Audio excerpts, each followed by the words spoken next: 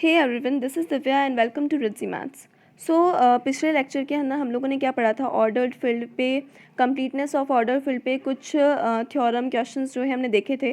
तो वैसे ही अपने पास में यहाँ पे एक थ्योरम मान लो, क्वेश्चन मान लो, बहुत ज़्यादा पूछा जाता है अपने यूनिवर्सिटी एग्ज़ाम्स के अंदर, आर्किमिडियन ऑर्डर्ड फील्ड के ऊपर है। ठीक है, सो वो हम यहाँ पर डिस्कस करने वाले हैं। सो बिना टाइम वेस्ट किए स्टार्ट करते हैं।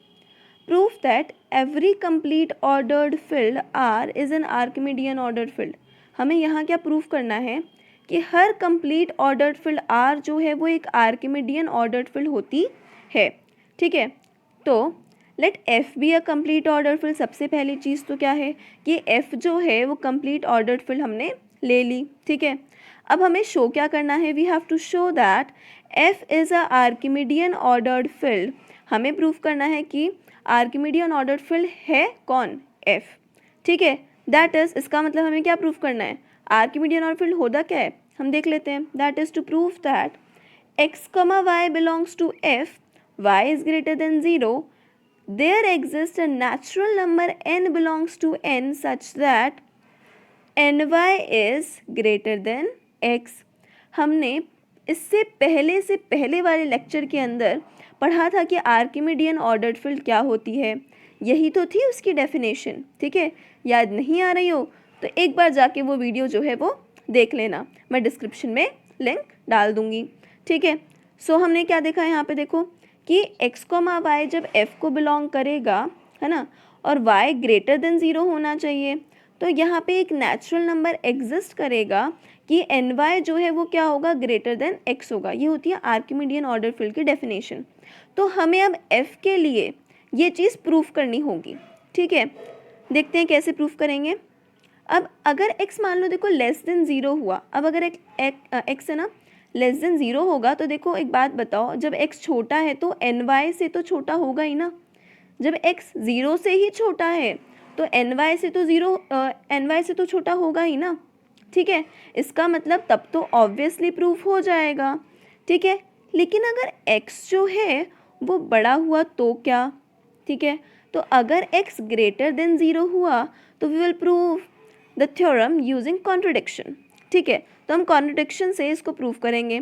तो कॉन्ट्रडिक्शन मतलब हमें क्या मानना पड़ेगा कि भाई ऐसा कुछ है ही नहीं, कि यहाँ पे कोई नेचुरल नंबर एग्जिस्ट नहीं कर रहा सच दैट ny जो है वो ग्रेटर देन x हो। ठीक है, ठीक है, आगे देखते हैं। तो हम ये लेके चल रहे हैं कि यहाँ पे ny जो है वो क्या है, ny जो है वो ग्रेटर देन x हो, उसके लिए कोई n यहाँ पे एग्जिस्ट नहीं कर रहा। ठीक है, तो इम्प्लाइज दैट ये वाली चीज़ हम ऐसा लिख सकते हैं। ठीक है, वही चीज़ को मैथमेटिकली फॉर्म में लिखा है। ठीक है, अब मान लो a एक आपके पास में क्या है, सेट है। a किसका सेट है, जहाँ पे ny सच दैट n जो है वो n को बिलोंग कर रहा है, ny का एक सेट माना है आपने a। Now y belongs to f implies that अगर y f को बिलोंग कर रहा है तो y प्लस वाई 2y भी f को बिलोंग करेगा, तो 2y प्लस वाई 3y भी f को बिलोंग करेगा ना। ठीक है, एंड सो ऑन। तो ये चीज़ हमने देखी। अब देखें कैसे प्रूफ करेंगे इससे लेकर, we have every element of a is in f। तो हमने क्या बोला कि we have every element of a is in f। ठीक है, तो हर एक एलिमेंट जो है वो a का वो f के अंदर है। यही चीज़ हमने यहाँ देखी है ना, ny का मतलब यही तो हुआ, yf को बिलोंग कर रहा है, 2y भी बिलोंग कर रहा है, 3y भी बिलोंग कर रहा है, 4y भी करेगा। ठीक है, तो इसका मतलब क्या है कि हर एक एलिमेंट जो है a का वो f में है। ठीक है, तो a is a subset of f, इसका मतलब a f का सबसेट है, बिल्कुल है। my is less then x। ठीक है, अब मैं क्या मान रही हूँ कि my डैश जो है वो लेस देन x होगा, shows that x is the upper bound of a।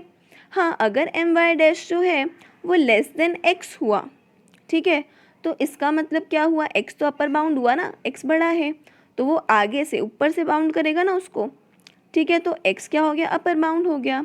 That is a is a non empty subset of complete ordered field. a क्या है, नॉन एम्प्टी सबसेट है कंप्लीट ऑर्डर्ड फील्ड का, which is bounded above by x। इसका मतलब कि भाई a जो है वो तो x से अबव बाउंडेड है। ठीक है, hence A must have a supremum in F. अब क्योंकि वो अबव बाउंडेड है तो इसका सुप्रीमम तो होगा ही होगा, ठीक है, क्योंकि भाई हम फील्ड की बात कर रहे हैं ना, फील्ड एग्जाम के अंदर अपन ने पढ़ा है ना ऑर्डर्ड फील्ड में, अगर वो अबव बाउंडेड है तो सुप्रीमम तो होना ही चाहिए ना, पढ़ा था हमने पहले, ठीक है। तो हम मान लेते हैं कि कोई अल्फ़ा जो है वो सुप्रीमम है ए का, ठीक है, हमने मान लिया। अब एन वाई जो है यहाँ पे इम्प्लाइज दैट एन वाई जो है वो लेस देन अल्फ़ा होगा ना, एन वाई तो था ना, एन वाई एलिमेंट्स ही तो थे, वाई 2y 3y यही एलिमेंट्स थे ना ए के अंदर। तो जब अल्फ़ा सुप्रीमम ऑफ ए है तो एन वाई तो लेस देन अल्फ़ा होगा ना, इसका मतलब जितने भी एलिमेंट्स हैं ए के वो सब अल्फ़ा से तो छोटे होंगे ना, ठीक है। अब m+1 into y less than alpha होगा क्या, ठीक है, जैसे n y less than alpha है वैसे m+1 भी तो लिख सकते हैं ना, ठीक है। फिर ऐसे ही हमने क्या किया, my+y हो गया, इसको ऐसे लिख सकते हैं। अब my जो है इसको आपने क्या कर दिया, y को भेज दिया इधर, तो ये my जो है वो less than alpha minus y हो गया ना, इसका मतलब alpha minus y is upper bound of A. अब यहाँ तो भाई अल्फ़ा माइनस वाई बड़ा आ गया, ठीक है, तो अल्फ़ा माइनस वाई जो है वो अपर बाउंड ऑफ ए हो रहा है, जो कि पॉसिबल नहीं हो सकता, क्योंकि अगर अल्फ़ा माइनस वाई जो है वो अपर बाउंड होगा, ठीक है, तो अल्फ़ा जो है वो लीस्ट अपर बाउंड है ना, ठीक है, तो फिर वो चीज़ तो फिर गलत हो जाएगी ना अपनी, ठीक है। तो ये क्या बोल रहा है, alpha minus y is upper bound of A which is not possible since alpha is the least upper bound of A and alpha minus y is less than alpha. Alpha minus y तो alpha से छोटा है, ठीक है, तो उस case के अंदर तो क्या हो जाएगा, अल्फ़ा माइनस वाई जो है वो अपना लीस्ट अपर बाउंड हो जाएगा, अल्फ़ा तो रहा ही नहीं, हमने तो अल्फ़ा माना था, तो हमारा अजप्शन क्या हुआ, गलत हो गया, ठीक है। Hence there exists, तो हम बोल सकते हैं कि there exists some n belongs to n such that ny is greater than x, then thus every complete ordered field is a Archimedean ordered field। तो हमने ये प्रूफ कर दिया कॉन्ट्रडिक्शन से, ठीक है, हमने मान के चला था कि ये जो है वो नहीं होगा, है ना, मतलब यहाँ पे कोई एन ऐसा एग्जिस्ट नहीं करेगा इस चीज़ के लिए, है ना, और हमने प्रूफ क्या किया, हमने जो माना था वो तो गलत था। इसका मतलब कि हर एक complete order field Archimedean order field होती है, ठीक है। सो अब हम चलते हैं नेक्स्ट पे, show that N ordered field is a infinite field. अब हमें ये बताना है कि ऑर्डर्ड फील्ड जो है वो इनफाइनाइट फील्ड होता है, ठीक है, देख लेते हैं कैसे करेंगे। एफ बी ऑर्डर्ड फील्ड, वही सबसे पहली बात, पहले तो हमें एक ऑर्डर्ड फील्ड माननी होगी ना, तो एफ बी ऑर्डर्ड फील्ड हमने मान ली है। ए कॉमा बी जो है वो एफ को बिलोंग कर रहा है with a not equals to b, मतलब ए और बी इक्वल नहीं है, दोनों अलग अलग हैं और वो एफ को बिलोंग कर रहे हैं। ए माइनस बी जो है वो पी को बिलोंग करेगा, ठीक है, minus of a minus b जो है वो भी पी को बिलोंग करेगा। यहाँ पे ना ये पी नहीं होगा, ये होगा एफ, ठीक है, क्योंकि हमने एफ ऑर्डर्ड फील्ड माना है ना, तो हमने ऑर्डर फील्ड में पढ़ा था ना फील्ड एग्जाम्स के अंदर कि मल्टीप्लिकेशन एग्जाम्स, एडिशन एग्जाम्स, ठीक है, तो वहाँ से ये बात बोल रहे हैं कि ए माइनस बी जो है वो एफ को बिलोंग करेगा और फिर minus of a minus b जो है या फिर वो एफ को बिलोंग करेगा, इन दोनों में से एक कंडीशन तो होगी है ना। इसका मतलब क्या हुआ कि या तो ए जो है वो बी से बड़ा हो सकता है या फिर ए जो है वो बी से छोटा हो सकता है, ठीक है, इन दोनों में से एक चीज़ पॉसिबल है। तो लेट अस सपोज दैट ए हम मान लेते हैं कि ए जो है वो बड़ा है बी से, तो इसका मतलब ए माइनस बी ग्रेटर देन 0 होगा, है ना, और सी जो हमने माना कि ए माइनस बी किसके इक्वल मान लिया, सी के इक्वल मान लिया, ये भी तो ऑर्डर फील्ड को बिलोंग करेगा ना, ऑर्डर्ड फील्ड को, फील्ड एग्जाम्स से पढ़ा था ना, एडिशन एग्जाम्स वाला, ठीक है, मतलब एडिशन वाली जो प्रॉपर्टी थी वो, ठीक है। सो यहाँ पे क्या हुआ कि ए जो है वो एफ को बिलोंग कर रहा है, सी भी एफ को बिलोंग कर रहा है, तो ए प्लस सी भी तो एफ को बिलोंग करेगा। सेम ऐसे ही क्लोजर प्रॉपर्टी पढ़ी थी ना, वही वाली चीज़ है, तो ए प्लस सी जो है वो एफ को बिलोंग करेगी, तो फिर सी भी जब एफ को बिलोंग कर रहा है तो ए प्लस सी कि ए प्लस सी भी एफ को बिलोंग कर रहा है, सी भी एफ को बिलोंग कर रहा है, तो फिर ए प्लस 2c भी एफ को बिलोंग करेगा। तो इसका मतलब क्या निकला, a plus c, a plus 2c, a plus 3c up to and so on a plus n c, सब एफ को बिलोंग करेंगे, ठीक है। तो when n belongs to n, ठीक है। अब मान लेते हैं एक set S is equals to a plus n c such that n belongs to n, then clearly आप देख सकते हो भाई S जो है वो सबसेट होगा ना F का। Now we will show that all the elements